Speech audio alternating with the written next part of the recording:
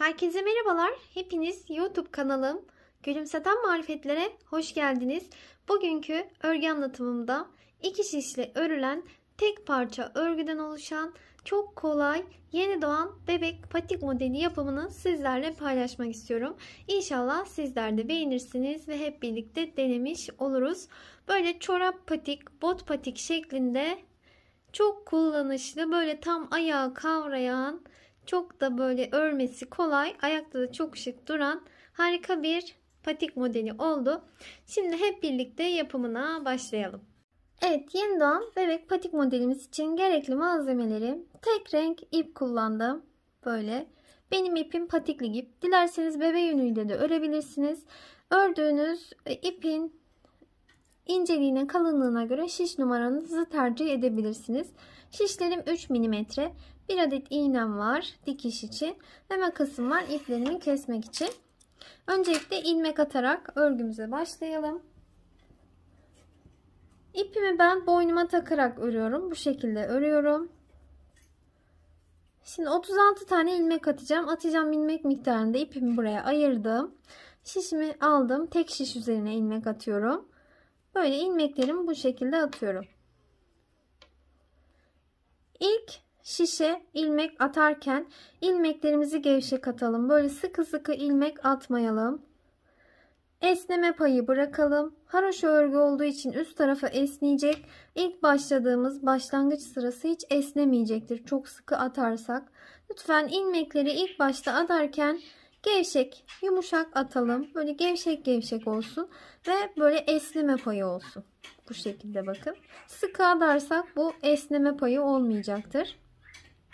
36'ya tamamlayalım. 36 tane ilmeğimi şişime attım.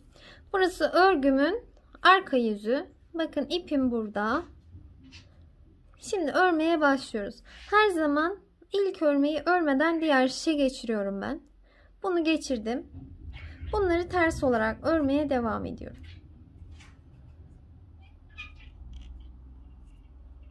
Ters örgüyü nasıl yapıyorum? Buradaki ilmekteki şişteki ilmeği şişime aldım. Diğer şişime aldım. Şöyle geçirdim. İpi üzerine attım. Attığım ipi ilmeğin içinden çıkarttım. Bu şişteki ilmeği serbest bıraktım. Ters örgüyü ben bu şekilde örüyorum. Böyle son bir ilmek kalana kadar ters olarak örmeye devam edelim. Son ilmeğime geldim. Son ilmeği her zaman düz örüyorum. İpimi arkaya geçirdim. Şu şekilde şişime aldım. İpi üzerine atarak ilmeğin içinden çıkarttım. Her zaman ilk ilmeği örmeden alıp son ilmeği düz örüyorum. Neden bu şekilde yapıyorum? Kenarlarım daha düzgün ortaya çıkmış oluyor. Şöyle göstereyim, bakın. Şöyle düzgün bir kenar ortaya çıkartıyorum. Burası örgümün arka yüzüydü. Şimdi örgünün ön yüzüne geçiyorum.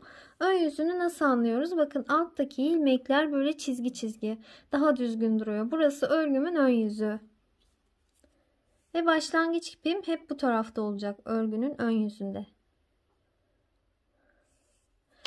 Dediğim gibi ilk ilmeği örmeden alıyorum her zaman. Yine diğerlerini ters olarak örmeye devam ediyorum. Bir kez daha göstereyim. İlmeği ters nasıl örüyorum? Bu şişime ilmeği aldım. İpi üzerine attım. Attığım ilmeği ilmeğin içinden çıkarttım. Bu ilmeği de serbest bıraktım. Ters örgüyü bu şekilde yapıyorum. Şimdi yine son ilmeğe kadar gidelim. Son ilmeğe geldim. Yine son ilmeği her zaman düz örüyorum.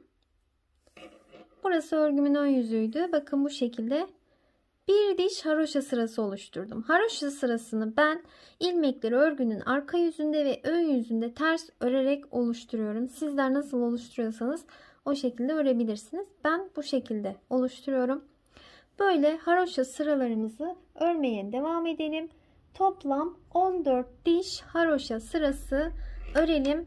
Patiğimizin bakın şu kısmını yapacağız. Şöyle şuradan 14 diş haroşa sırası örelim. Sonrasını yine birlikte yapmaya devam edeceğiz. Evet, bakın bu şekilde sıralarımı tamamladım. 36 ilmeğimle 14 diş haroşa sırası ördüm. Şöyle bir sayalım. Örgünün ön yüzünden sayıyoruz. 2, 4, 6, 8, 10, 12, 14. 14 diş haroşa sırasını ördüm. Şimdi 16 tane ilmeğimi öreceğim. İlk ilmeğimi örmeden alıyorum. Yine aynı şekilde ilmekleri ters olarak örüyorum. Bu patiğimizde sadece haroşa örgüyü kullandım. Böyle 16 tane ilmeğimizi örelim.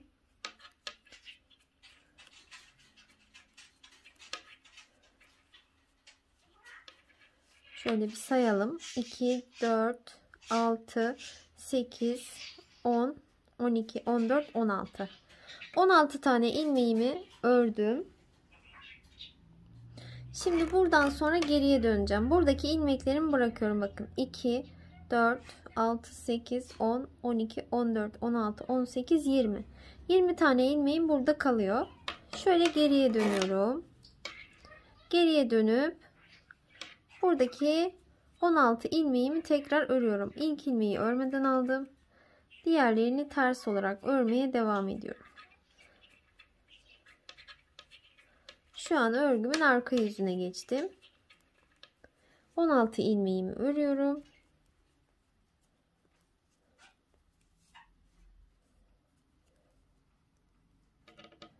Bu ilmeklerimi ördüm. Şimdi örgümün ön yüzüne geçiyorum. Örgümün ön yüzüne geçtim. Tekrar 16 tane ilmeğimi örüyorum. Artık buradaki 16 ilmeğimi öreceğim. Geri kalan 20 ilmeği hiç örmeyeceğim.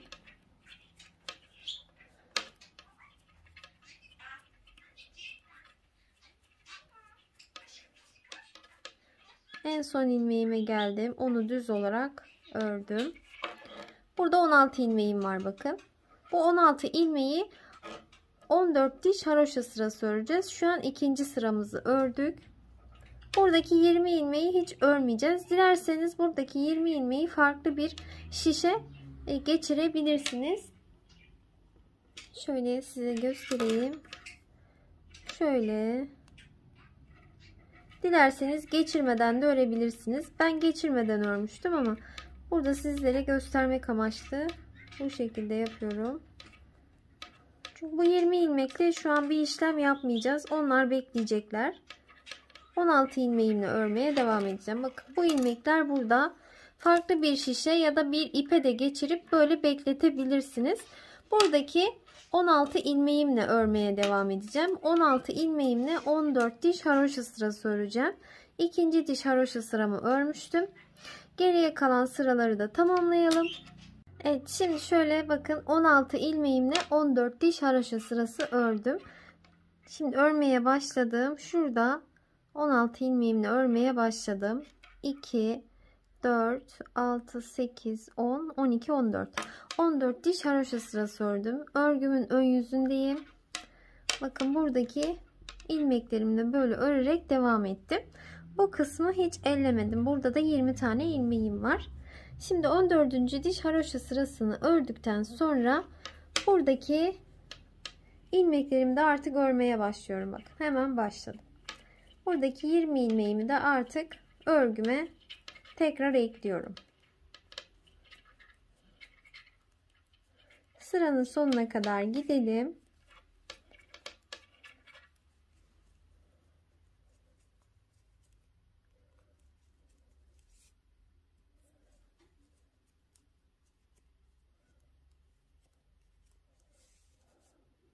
Evet, bakın şöyle bir açıklık oluşacak. Şimdi geriye dönelim. Örgünün arka yüzüne geçelim. İlmeklerimin tamamını ters olarak örelim. Örgümün arka yüzünü de tamamladım. Ön yüzüne geçtim.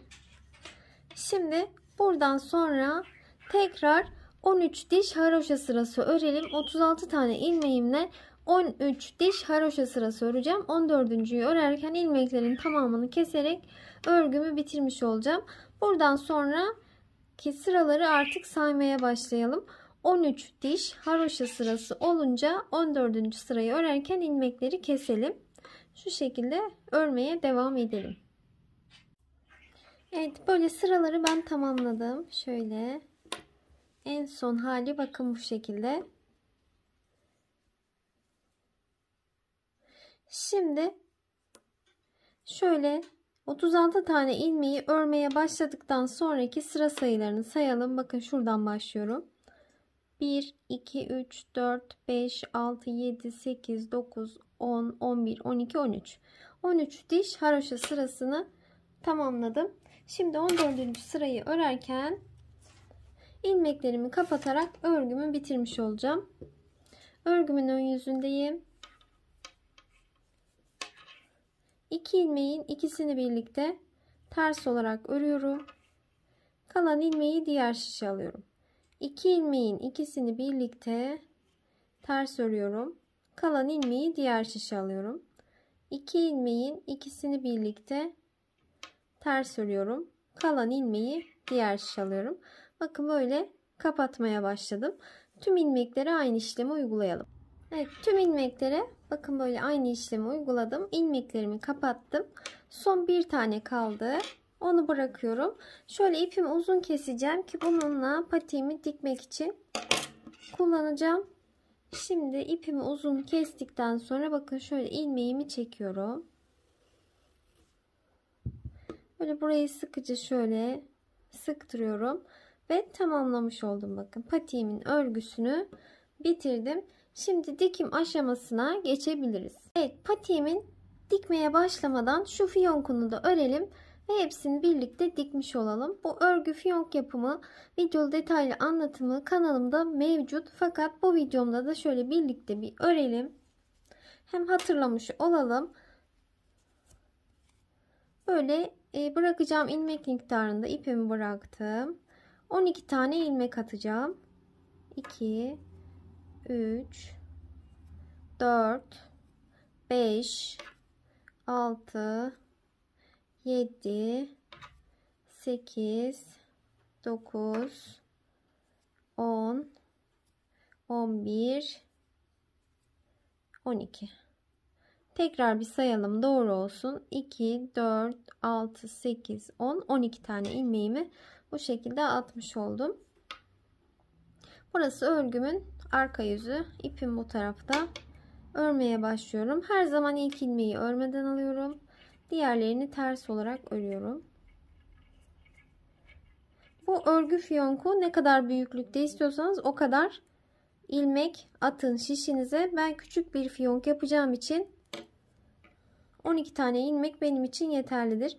Siz böyle daha büyük yapmak isterseniz 18, 20, 22 ilmek atabilirsiniz. Son ilmeğime geldim. Son ilmeği her zaman düz örüyorum.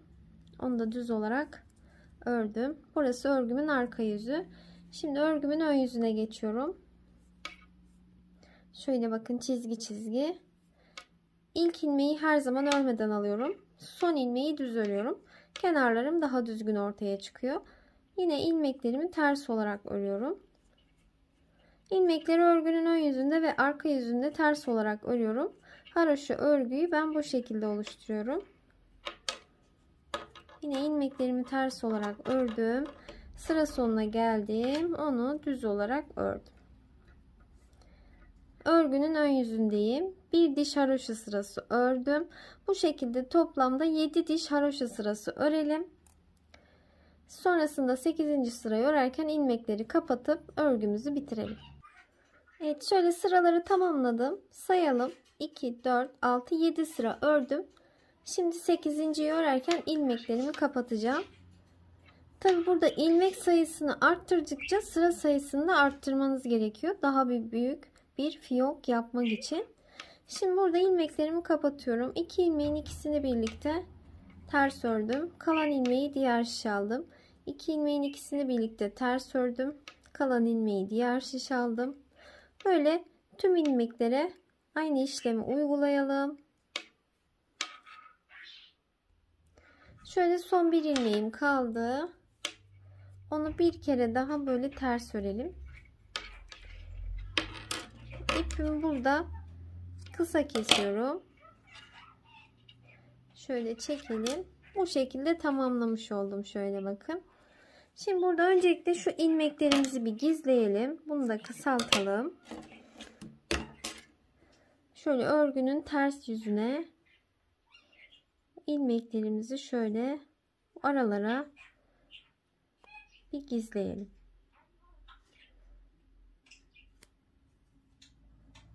Çekemedim.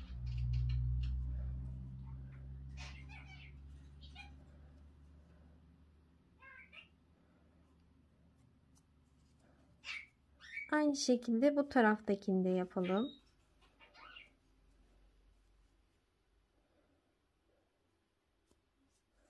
Bakın bu şekilde gizlemiş oldum. Şöyle kalan ipleri temizleyelim. Burası ön yüzü. Şöyle bayağı uzunca bir iple şöyle bakın. Şöyle tam ortadan dolayacağız. İpimizi dolayacağız. Şurada göründüğü gibi bakın. Şöyle ipin burasını uzun bırakıyorum. Şöyle dolamaya başlıyorum sıkıca. Bu dolama işlemini istediğiniz kadar yapabilirsiniz. Bakın bu şekilde. O kadar yeterli benim için. İpimi de şöyle kesiyorum. Bunları biraz uzun bıraktım. Patiğime sabitlemek için kullanacağım. Bu ipleri şöyle sıkıca düğümledikten sonra bakın böyle fiyonkumuzu yapmış olduk. Şimdi patiğimizi dikelim. Fiyonkumuzu da geçirelim. Evet, şimdi sizlere dikmeden önce ölçü de vermek istiyorum. Şöyle olduğu gibi ölçeceğim. Bu ölçüler bakın şu şekilde 12 santim. Şu kısmının genişliği. Şu kısmını ölçmeyeceğim çünkü böyle oval duruyor zaten. Oval de olsa şöyle üstünden ölçüyorum. 16,5-17 santim falan böyle oval durduğu için şu uzunluğu tam net olmuyor. Şöyle yukarıdan aşağıya doğru 14 santim.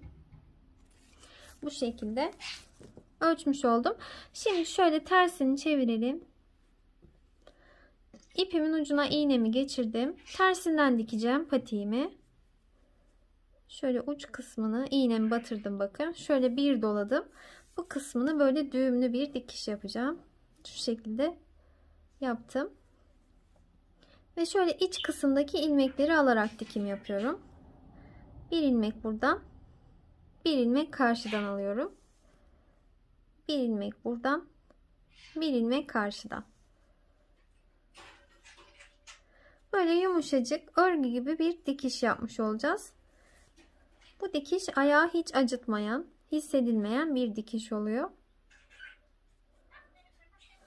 Böyle dikerek ilerleyelim. Aynı şekilde bakın bu tarafa geldiğimizde de şu iç kısımdaki ilmekleri alacağız karşılıklı. Bakın şu şekilde değil. Bir buradan, bir karşıdan. Bu şekilde alarak uç kısma kadar dikelim. Evet, buradan başladım. Şöyle diktim, geldim, bitirdim. Örgünün tersindeyim hala. Şimdi şu kısmı kaldı bakın. Bu kısmı dikeceğiz. Bunun için yine iğnemi aldım. Kalan ipimle ucunu düğümlemedim. Şöyle bakın iç taraftaki ilmeklerden başladım. İpimizi çok çekmeyelim. Şöyle iç taraftaki ilmeklere batarak böyle diker gibi gidiyorum.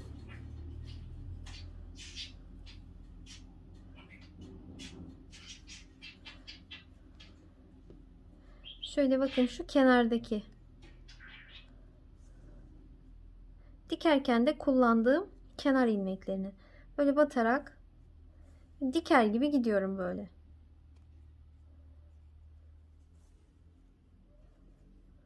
Etrafını dolandım bakın.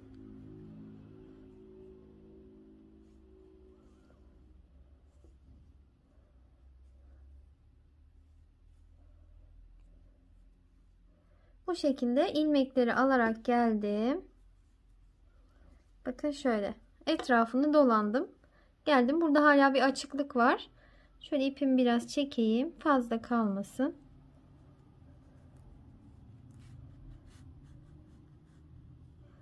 Şimdi böyle büzebiliriz. Şu iki ucu şöyle birbirine sıkıca bağlayalım. Hem de bakın böyle büzmüş oldum bu kısmı.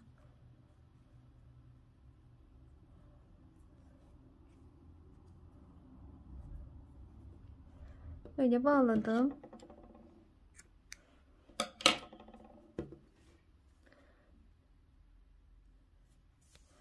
Burada açıklık olmasın diye şu kısmı şöyle biraz dikelim.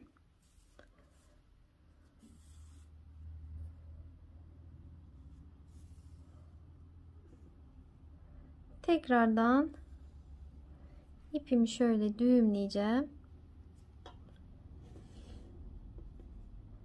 Şöyle biraz da gizleyerek keselim. Bu kısmını da tamamlamış oldum. Bakın şöyle buradaki açıklık gitti. Şimdi düz tarafını çevirelim patiğin.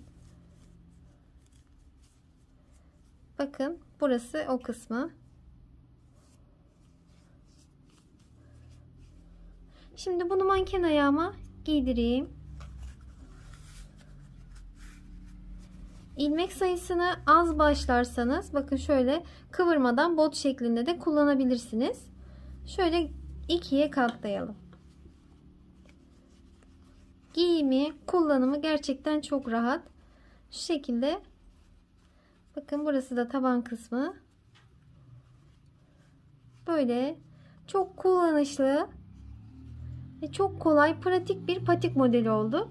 Şimdi bu fiyonk kısmını da şu ipleri içeriye çekerek şöyle dilerseniz iğneyle şu kısımlarından da tutturarak böyle buraya sabitleyeceğiz. Bu şekilde olacak.